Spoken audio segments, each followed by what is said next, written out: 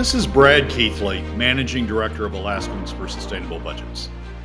Welcome to the weekly Top 3, the top 3 things on our mind here at Alaskans for Sustainable Budgets for the week of January 6th, 2025, our first episode of the weekly Top 3 this year.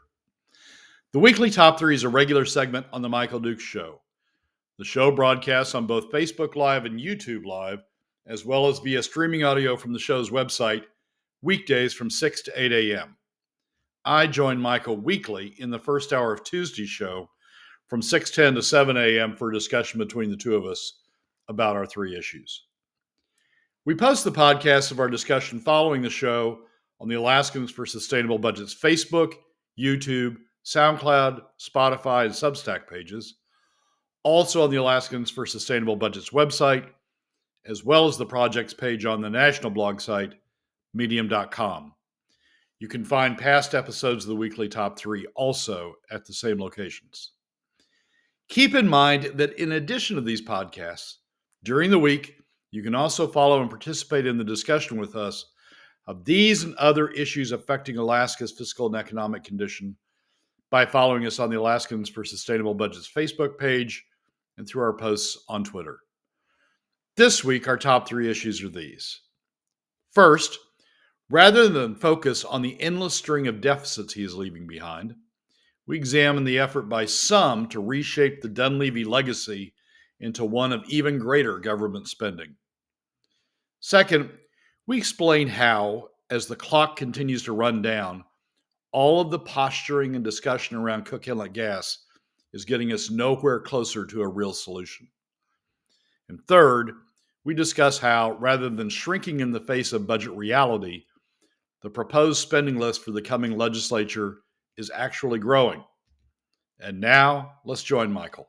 Let's dive into it, man. We got a lot of stuff to cover, from the governor's budget to the which we barely got a chance to brush over, and now more things happening. South Central Gas has been in the news over the last 10 days, and there's a lot of vacillating going back and forth. So let's get started. We're going to start off with the governor's legacy, quote unquote. What say you, Brad? What say you?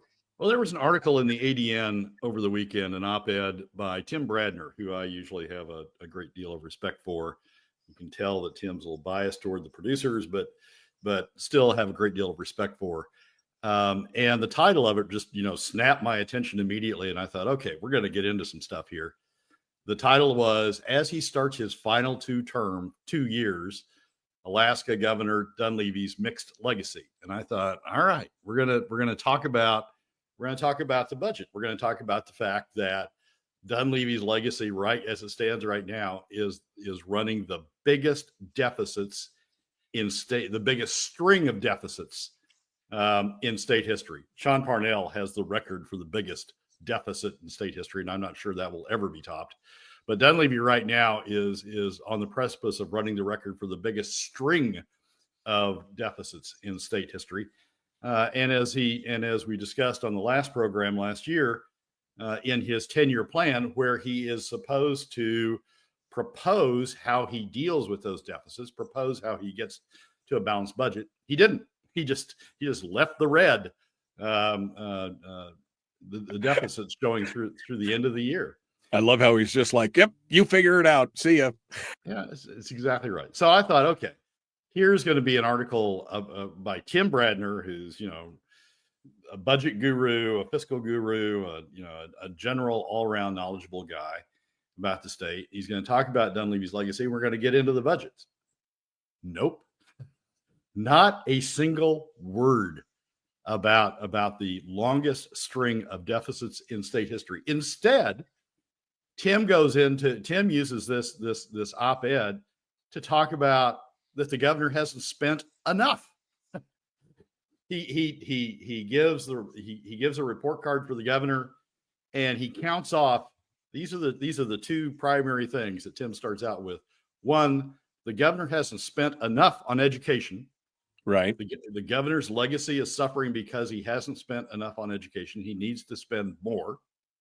And 2, the governor's legacy is suffering because he hasn't supported defined benefits, the return to defined benefits for government employees, which also will cost the state, which also will deepen the deficits. So what, if this is the attitude of people in the state, that Dunleavy is getting Dunleavy's legacy is in jeopardy because he hasn't spent enough. If this is the attitude of people who are writing the news columns in the state, and Bradner writes a column, writes news for the frontiersmen. If this is the attitude of people who are writing the news in the state, then maybe all hope's gone. Maybe we're not.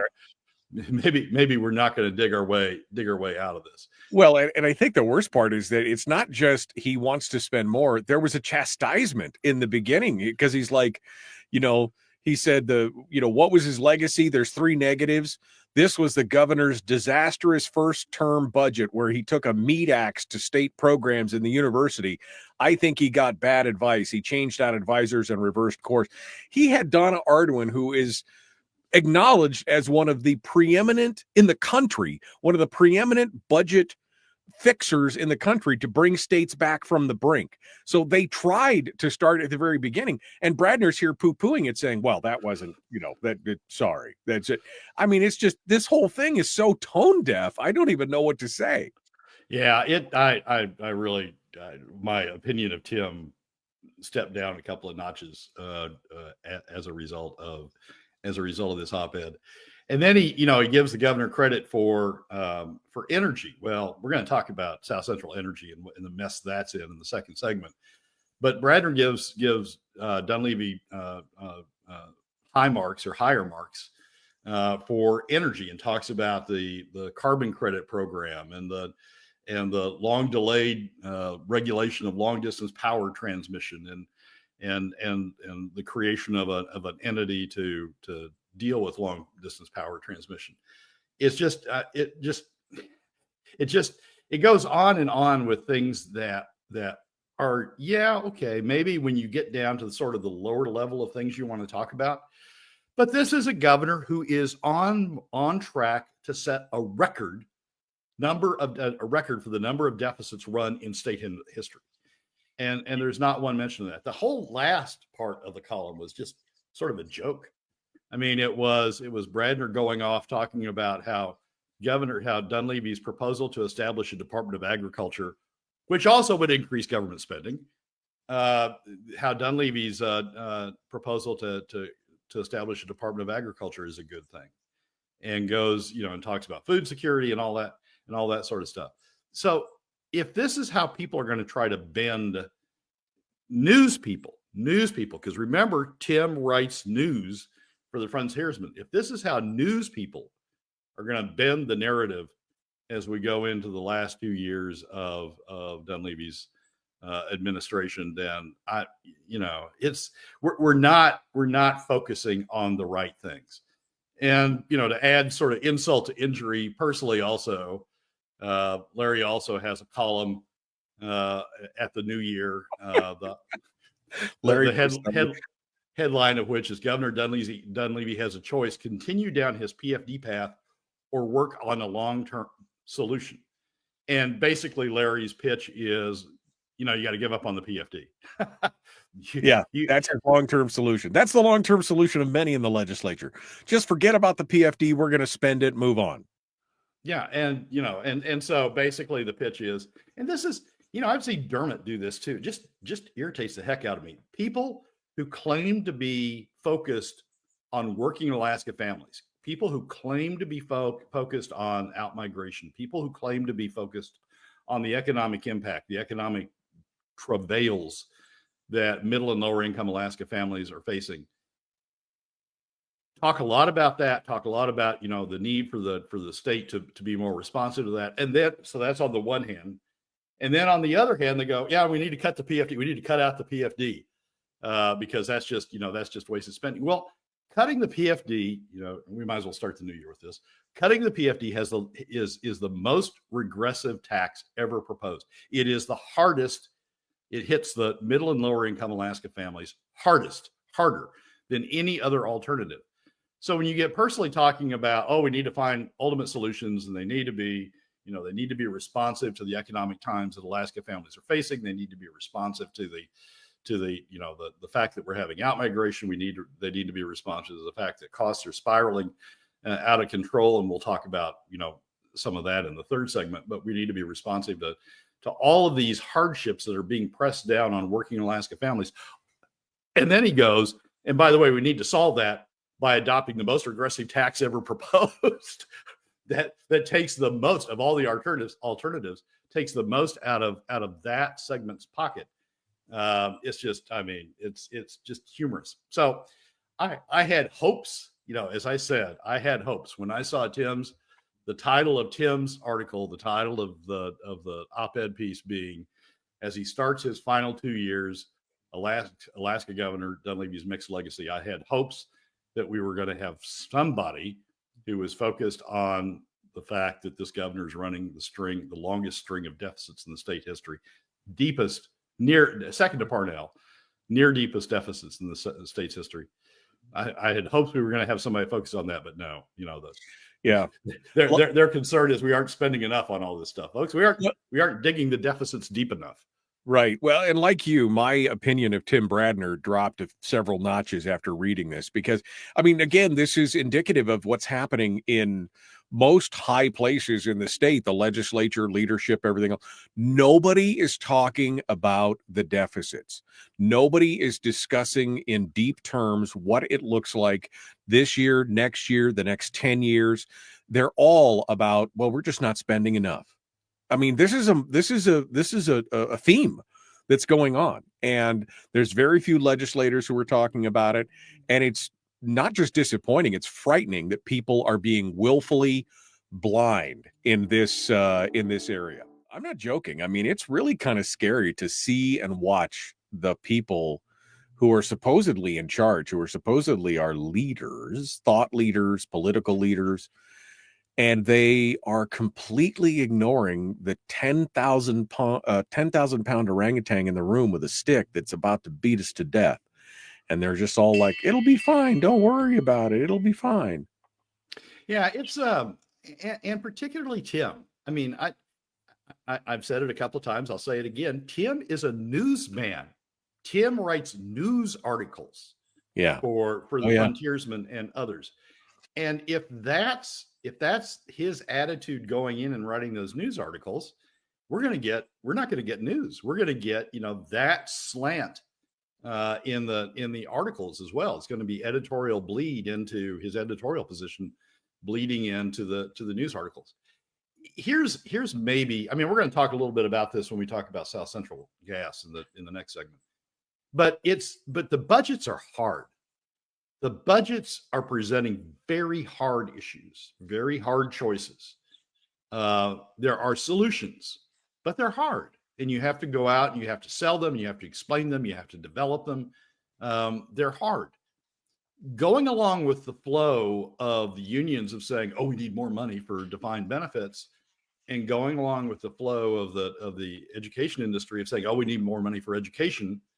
And then God only knows what flow is going on with the Department of Agriculture, but going on with the flow, that's relatively easier, because you got all these people around you that are saying, oh, we just need to spend more. We just need to spend more. We just need to spend more. The solution to outmigration is defined benefits. No, it's not. But that's what people are saying. So you're sort of going along the flow, and that's a little bit easier. We don't have people. Starts with the governor, goes through many of the legislators, but now it's into the news industry. We don't have people who are willing to say, wait a second, we're in a death spiral here, and we're adding to it. We have outmigration, and we're using tools to deal with outmigration that are increasing outmigration, that are taking money, increasing the economic position, the economic hardships faced by middle and lower income Alaska families, the people who are leaving, the outmigrators. We are using tools that increase the death spiral. We don't have people who are willing to stand up and say, look, we're making this problem worse. There are ways to make it better, but we need to start talking about ways to make it better. And we just don't have people to do that. Personally, writes a weekly column for the newspaper he owns down in Wrangell that often gets picked up statewide. And basically his pitch is just wipe out the PFD, forget about the PFD, forget about middle and lower income Alaska families, and just take all that money and just start spending it on other things. And it's just we don't have people who are willing to talk about the hard issues and take on the hard issues and come up with the solutions to the hard issues. We have people who are going with the flow, and the flow is heading downward. If there's any doubt about that, the flow is heading downward. Right. No, and again, until somebody acknowledges that there's it's like the alcoholic. Until you admit there's a problem, there's no fixing the problem. And there's no problem. The only problem they see is that they're not spending enough. And eventually that gravy train will run dry.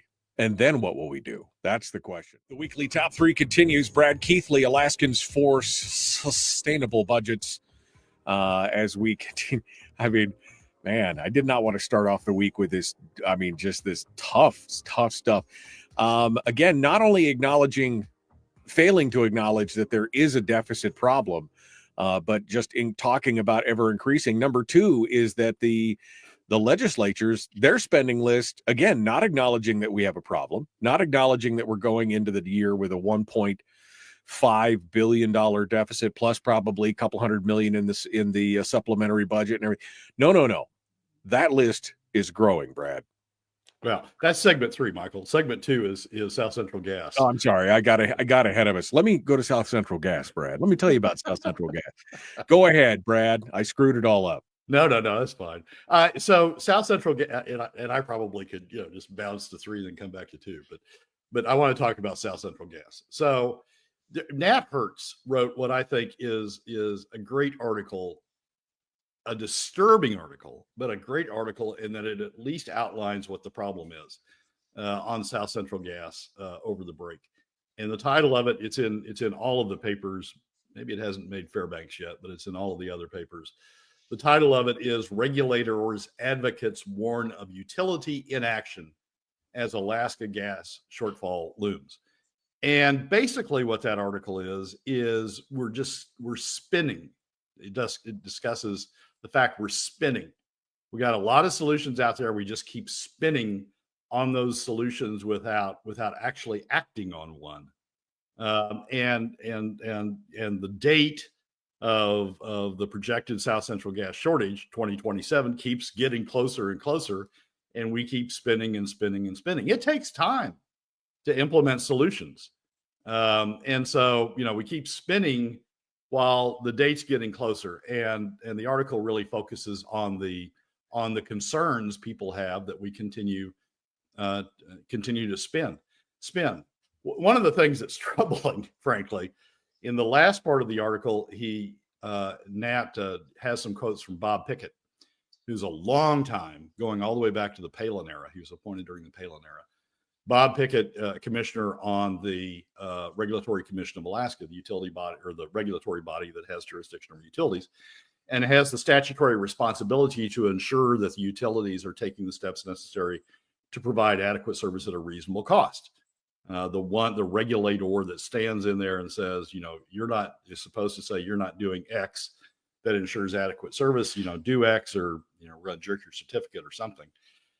And he has a discussion with Pickett and has quotes from Pickett where Pickett's essentially spinning and where, it's essentially saying, Pickett's essentially saying, I'm trying to point out the utilities don't have plans for how they're going to deal with this shortfall. Right. But without saying, and the RCA is going to step in and make sure there isn't a shortfall by enforcing the obligation the utilities have to ensure adequate service, that they have adequate gas supplies. And so you get this sense at the end of the article that we're just all spinning in a circle. Everybody's looking at everybody else. There's a theme here. It's sort of like the budget. Everybody's looking at everybody else and saying, well, are you going to do something about this? No. Are you going to do something about this? No. Are you going to it's just this giant circle where everybody's looking at everybody else to make progress. Dunleavy held a press conference yesterday. And the press conference was to focus on, the advances that we're making on various energy projects. One was this new contract that Hilcorp's entered into with Hex Fury, John Hendricks's company down in the Cook Inlet that's supposed to deliver additional gas supplies. But Hendricks hasn't found the gas supplies yet. Right, He hasn't right, drilled the wells necessary to develop the gas supplies yet. right. But that was a big part of it. And then the second thing was they put up Frank Richards from AGDC to talk about the progress that AGDC was making with respect to the AGDC line, the AKLNG line. Let me read just quickly from the letter that AGDC sent to the legislature in April. This is AGDC board. We have instructed AGDC staff to secure commitments to initiate FEED, the remaining engineering cost estimating and construction preparation needed before making a final investment decision on the pipeline phase no later than the end of this year. Commitments to initiate FEED. If AGDC fails to secure funding for the entire project or for the initial pipeline phase of the project by that date, we have instructed AGDC staff to initiate the work required to shut down and either sell the Alaska LNG project assets or put them into storage if there is insufficient value realized for the state of Alaska. Hard and fast date, end of the year. They put Richards up yesterday. This is after the first of the year. They put Richards up. Did he announce commitments to initiate FEED? No. He announced that they're in talks with somebody who, if they reach finalized agreements with them months down the road, then maybe they'll be ready to go forward with FEED, not at the third party's expense, but backed up by a guarantee from ADA that the state would pay for FEED. $50 million, yeah. $50 million. If AGDC fails to secure funding for the entire project, did he or the initial pipeline phase of the project by that date, by the end of the year, did he announce that AGDC had secured funding? No. But did they announce, consistent with this letter from the board, signed by the board, sent to the legislature, did they announce, okay, we're closing it down? We didn't get it done. We said we were going to do it by this date. No, they didn't even reference the letter. It was like, ooh, we got a potential that somebody's going to actually sign agreements with us someday. You had until the end of the year, and now you're in the first of the year. And now you're like, oh, just give us a little more time. I mean, it's insane. You know what caught my eye on this, Brad, because I'm looking at electrical bills and everything else in this whole article from Nat Hers, was the quote from the head of Homer Electric, Brad Janorski, who went on to say, oh, the expiration of the NSTAR contracts is not an issue that keeps me up at night. We've got no problem, even though it's going to run out in 3 months. It's going to run out in March of this year, the end of March. The contract with NSTAR ends. And he's like, oh, I'm not worried about it. And then, but he was pressed and they said, well, do you have no, we don't have any commitment yet. I mean, where is the urgency from the utilities to get this fixed? They're sitting around here. It's like the biggest circle jerk you've ever seen. They're just all looking at each other, glad handing, like, oh, it'll be fine. Don't worry about it. It's fine, just fine. And like AGDC, even when they meet a date, even when they hit a date that they themselves set for either, fish or cut bait, we're going to fish or cut bait by the end of the year. When they hit a date, it's like, no, we see a fish out there someplace, and we know that we may be able to hit it if we just, if we spend more and keep going down this road. So let us keep fishing. I mean, no one will say, this is it. We're going to go in this direction because we haven't been able to land any other direction out there. Chugach, in an op-ed that we talked about in the last program, right before Christmas, Chugach said, we're going forward with LNG. But have they filed anything to go forward with LNG? Have they filed anything with the RCA that sets their path to go forward with LNG? No. I mean, it is. No one wants to make the decision. And again, the decisions are hard. I mean, the decisions are, we don't have gas in the Cook Inlet. It's too expensive to develop additional gas in the Cook Inlet. The contract we've entered into with Hex, with Fury, provides for a price that's higher than imported LNG prices. We're demonstrating there's not, gas at the price we need, at the economics we need in the Cook Inlet. No one's going to land the AGDC line, the AKLNG line is not going to land anytime in this century the way we're going. They can't even get it done by a date they set set themselves. We keep spinning and without making decisive steps. And if we hit 2027 and we don't have gas supplies, it's not going to be because there weren't options. There were options. Imported LNG was an option, a hard and fast option. It's out there on the water. You can see it going by on its way to Japan. It's economic. You can look at the current prices and the futures market for LNG, and it's more economic than continuing to try to develop Cook Inlet supplies.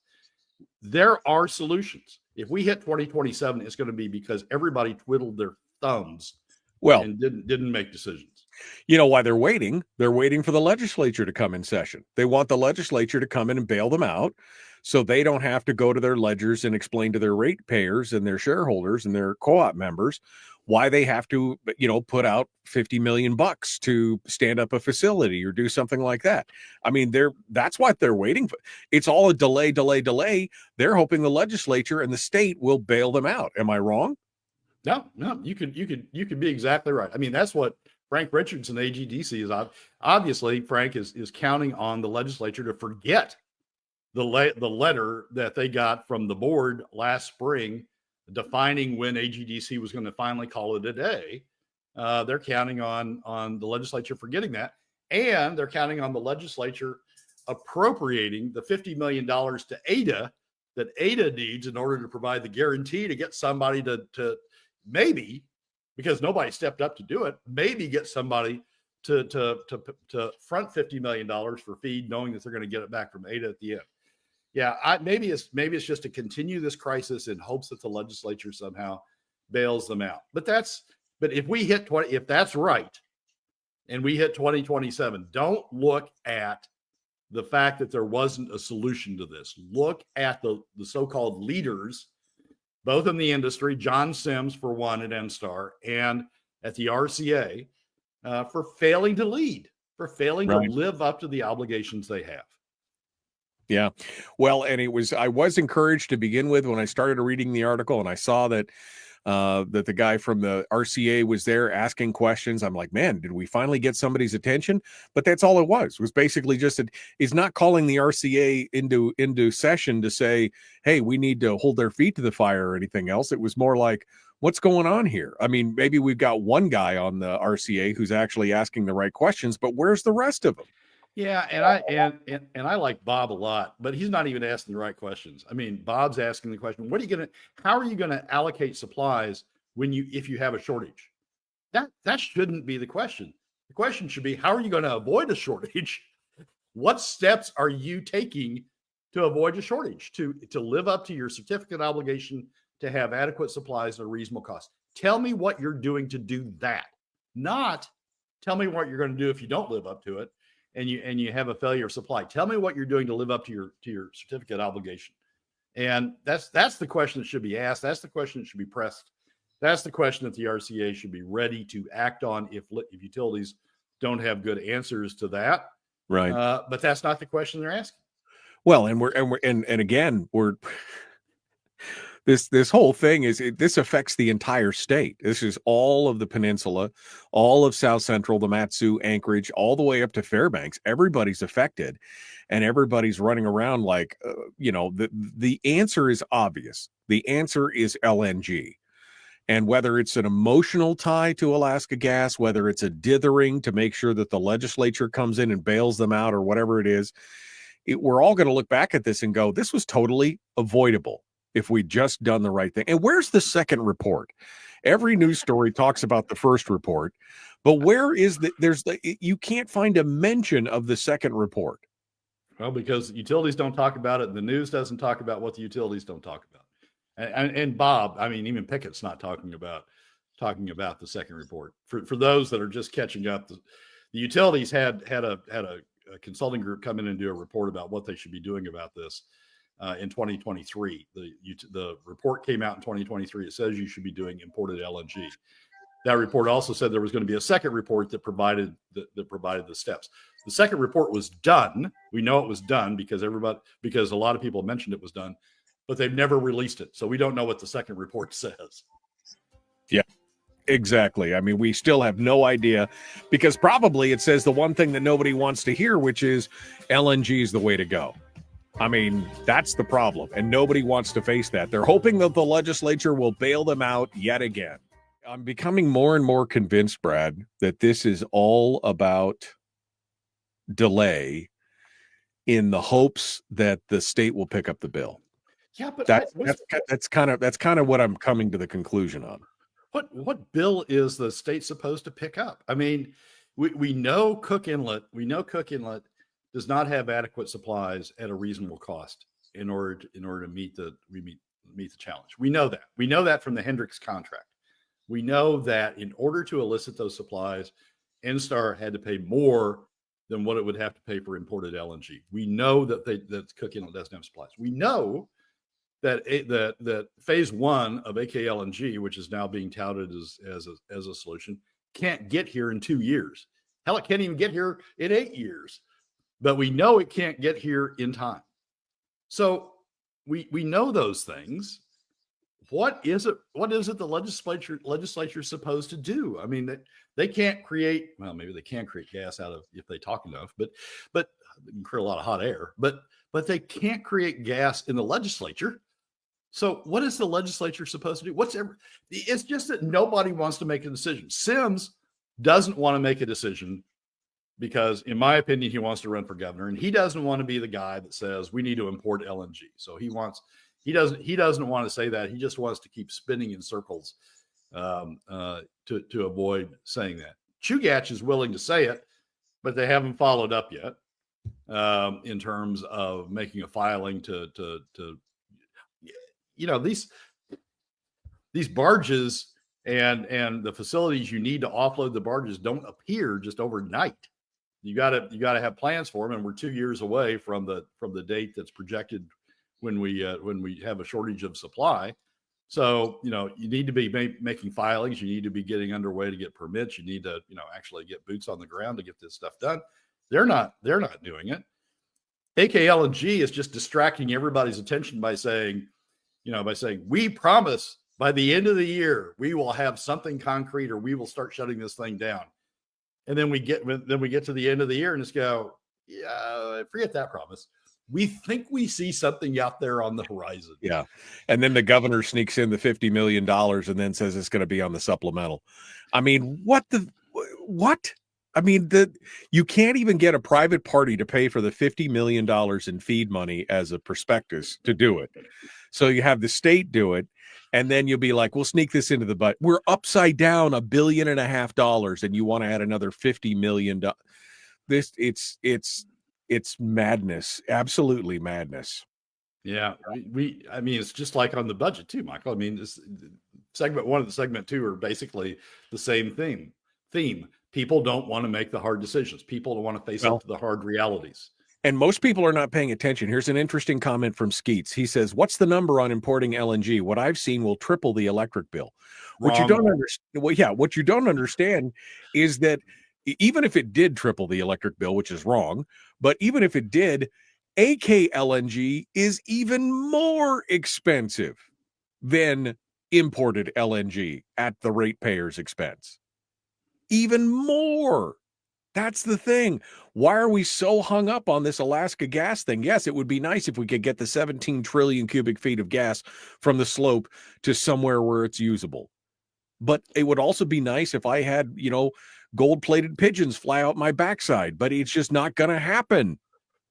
Not going to happen. To just focus on that for a second, the increase is about 10% because most of your electric bill comes from paying for the hardware, the generation plants and the distribution lines to get the electricity to you. And so the increase in the fuel cost is actually a fairly minor part of your electricity bill. And the increase in the fuel cost caused by importing LNG is just frankly a fairly minor part of that as well. So the estimates we've seen from Chugach are 5 to 10%. Let's say 10% is the increase. The triple is coming from people who want to keep AKLNG alive, want to keep Cook Inlet alive, paying exorbitant prices into Cook Inlet, It's coming from people who are trying to misdirect Alaskans, cause fear about imported LNG because they want to pursue these other projects that are more expensive.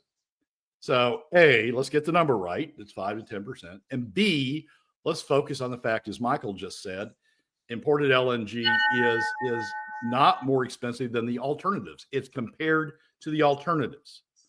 And imported LNG is less than the alternatives. We're back this morning, ready to go. Brad Keithley, Alaskans for Sustainable Budgets, is our guest.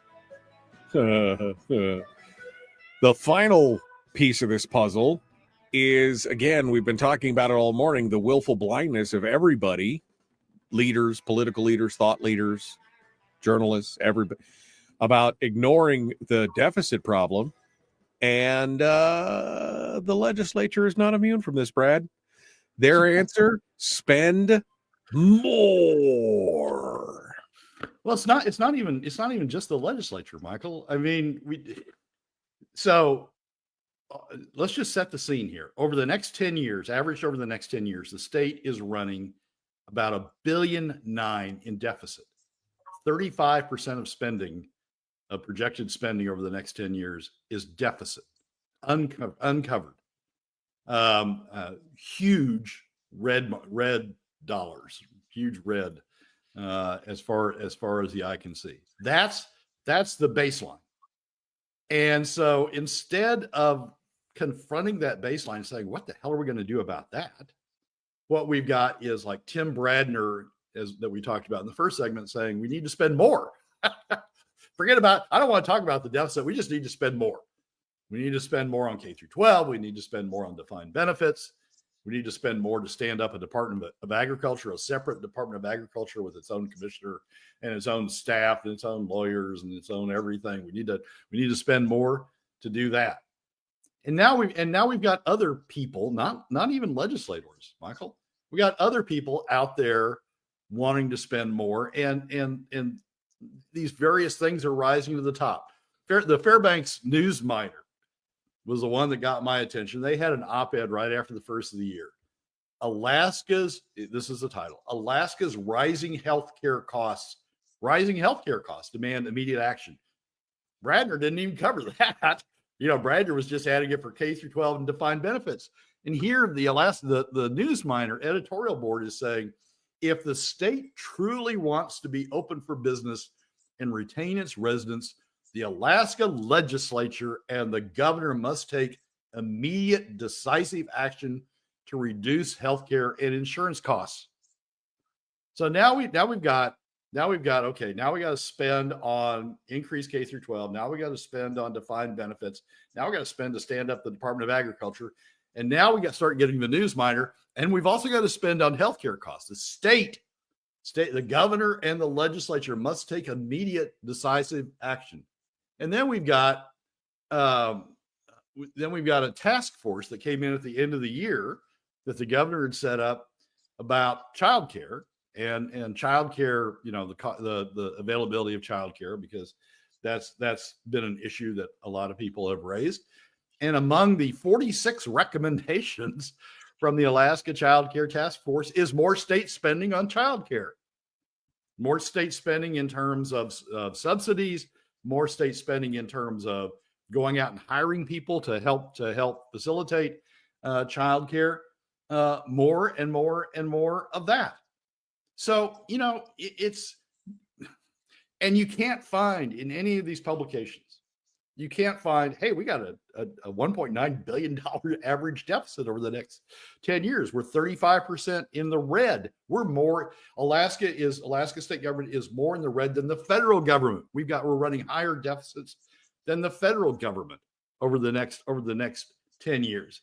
We can't find any editorials on that. You can't find any articles on that. You can't find any journalists willing to confront that and talk about it. They just want to talk about places where we do even more spending, K through 12, defined benefits, stand up to the Department of Agriculture, the News Miner, healthcare costs. The state now has to help out with healthcare costs.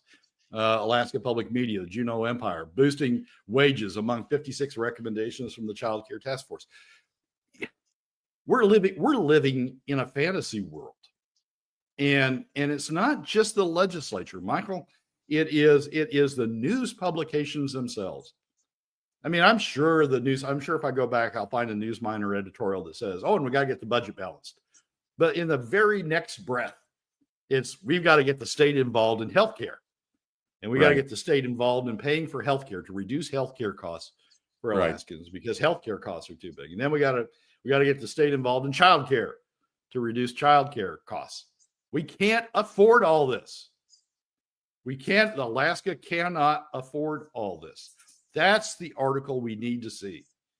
And we need to see an article about how the hell are we going to deal with these deficits that we're digging. But instead, we got Tim out there trying to create the governor's legacy of, he gets plus points because he stood up a separate Department of Agriculture. Yeah. Right. No. And that's, again, part of the problem here is that everybody is just being willfully blind to this. And you're right. A lot of this could be driven by a good, a journalist with integrity who looks at this and goes, well, wait a second. I'm looking at these numbers and they look all bad going forward. And yet you keep saying, and nobody's asking the question, how do we pay for it? Okay, childcare is great. How do we pay for it? Okay, you want to get into healthcare now. How do we pay for it? You want to increase the BSA by $1,900. That's $500 million. How do we pay for it?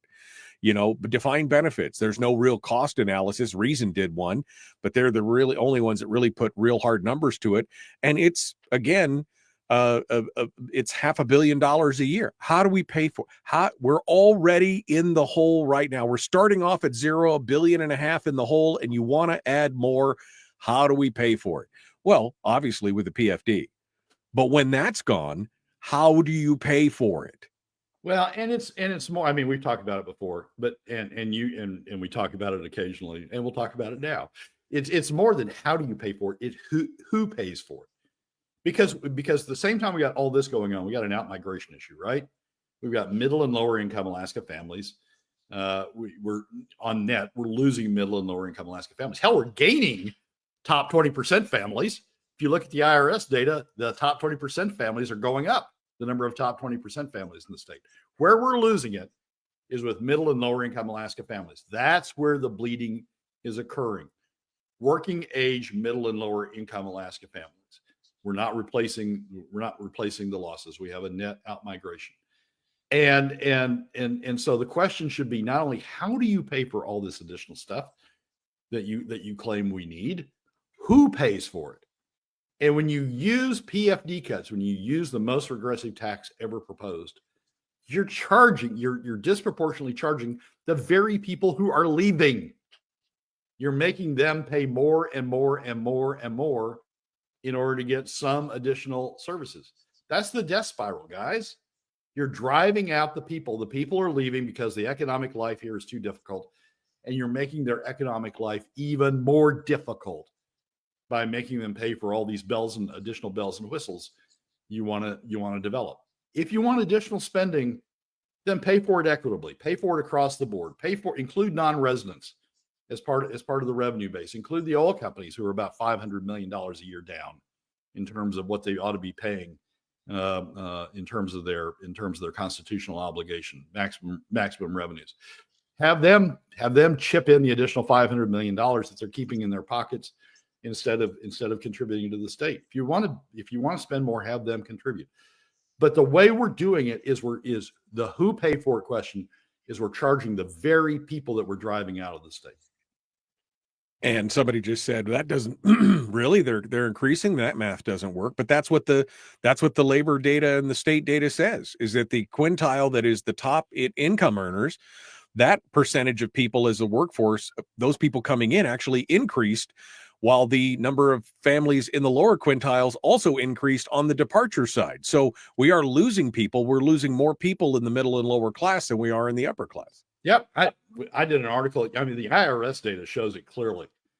I did an article a few weeks ago, maybe a few months ago now, for the Friday landmine column that went into the IRS data, looked at it by income bracket and looked at the change by income bracket. And over the past 5 years, the number of households in the upper income bracket has gone up, as the number of households in the middle and lower income brackets have gone down. Yeah. Clearly. And why? Because the top 20% doesn't contribute to the cost of government. Yeah. They contribute a very minor share in terms of the PFD cuts, very minor impact on them. So it's a great place to be. No taxes. Right. You don't have to pay for cost of government. All of that's being pushed over on middle and lower income Alaska families, and they're walking. Yeah. Yeah, Brad, I'm looking at all this, and it's all I can think of is that these people are just willfully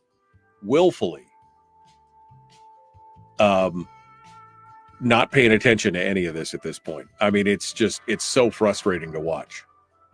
Well, the numbers are there, Michael. I mean, you can see the numbers of where we are in terms of the budget. We publish them. I publish them on our various media sites every Friday. I publish what the budget's looking like based upon current oil prices and based upon the most recent Permanent Fund Corporation projections of the POMV. I publish those every Friday, and you can see the numbers. You can see those deficits out there. You can see them even from a static approach, like the governor's 10-year plan. You can see those deficits out there. You can see them. They're not being hidden. It's just that it's tough to face up to them, tough to talk about them, tough to talk about the solutions to them. People just don't want to do that. And you can see the numbers. You can see the numbers on South Central Gas. I mean, the 2023 utility report, the one we got to see, says clearly that it's more expensive to build the gas line down from the north. It's more expensive to develop additional Cook Inlet supplies because we don't quite know where they are, and the exploration effort it would take to find them produces more expensive costs than imported LNG. I mean, it would be great, for example, if Alaska grew all of its own food, right? If we didn't have to rely on the outside. It'd be great if we had all of our own gasoline. It'd be be great if we had all of our own, if we were just a totally self-contained island, but we're not. We're dependent on the economics are that it's cheaper to bring in some stuff from outside, including gasoline. It's cheaper to bring in some stuff from outside than it is to the cost it would take to develop it here. And we've gotten to the point where South Central Gas is one of those commodities. It's cheaper to bring in from outside than it is to develop it here. The numbers are clear. Numbers are absolutely clear. I do a thing every Monday that look at prices, local prices compared to LNG, the futures market, and the numbers are clear. It's cheaper to bring in the gas from outside. We don't need that much. We need about $70 billion a year, and it's cheaper to bring it in than it is to undertake the cost to develop it locally. The numbers are clear, but people don't want to talk about it. They'd prefer to spin in a circle and blame somebody else. Just sort of this continual finger pointing all around the circle. Blame somebody else for not doing something about it, in hopes that lightning strikes, I guess, and all of a sudden some other alternative becomes clear. But we're running out of time, right, on that. Brian says, I can't believe that Brad has to explain the economics of gas over and over and over. But again, we're the only ones talking about it. The news media is not talking about it. The journalists are not talking about it. The governor's not talking about it. The legislature's not talking about it. If they talk about it, it's all in terms of what can we do to help bolster this? What can we spend? How can we spend some money to make this work?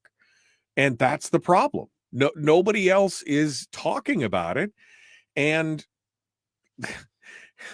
if we just continue to go la la la la la la la, put our fingers in our ear, when the yogurt hits the oscillating rotor, what are you going to do? You look back and go, well, we could have fixed that if we, but again, we could fix it now. We just have to have, like you said earlier, Brad, it's hard. Nobody wants to talk about austerity, which is what it would come down to.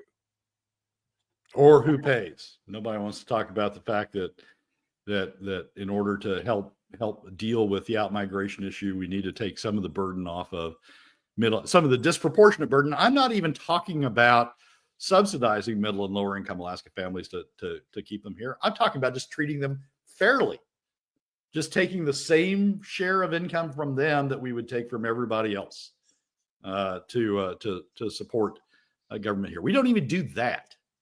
We don't even do that. We disproportionately burden the very people that are leaving. We disproportionately burden them more to fund government, and so they go. The economics up there just don't work. Why would I go up there? Right. Why would I do that? Why would I hurt myself by going there and doing that?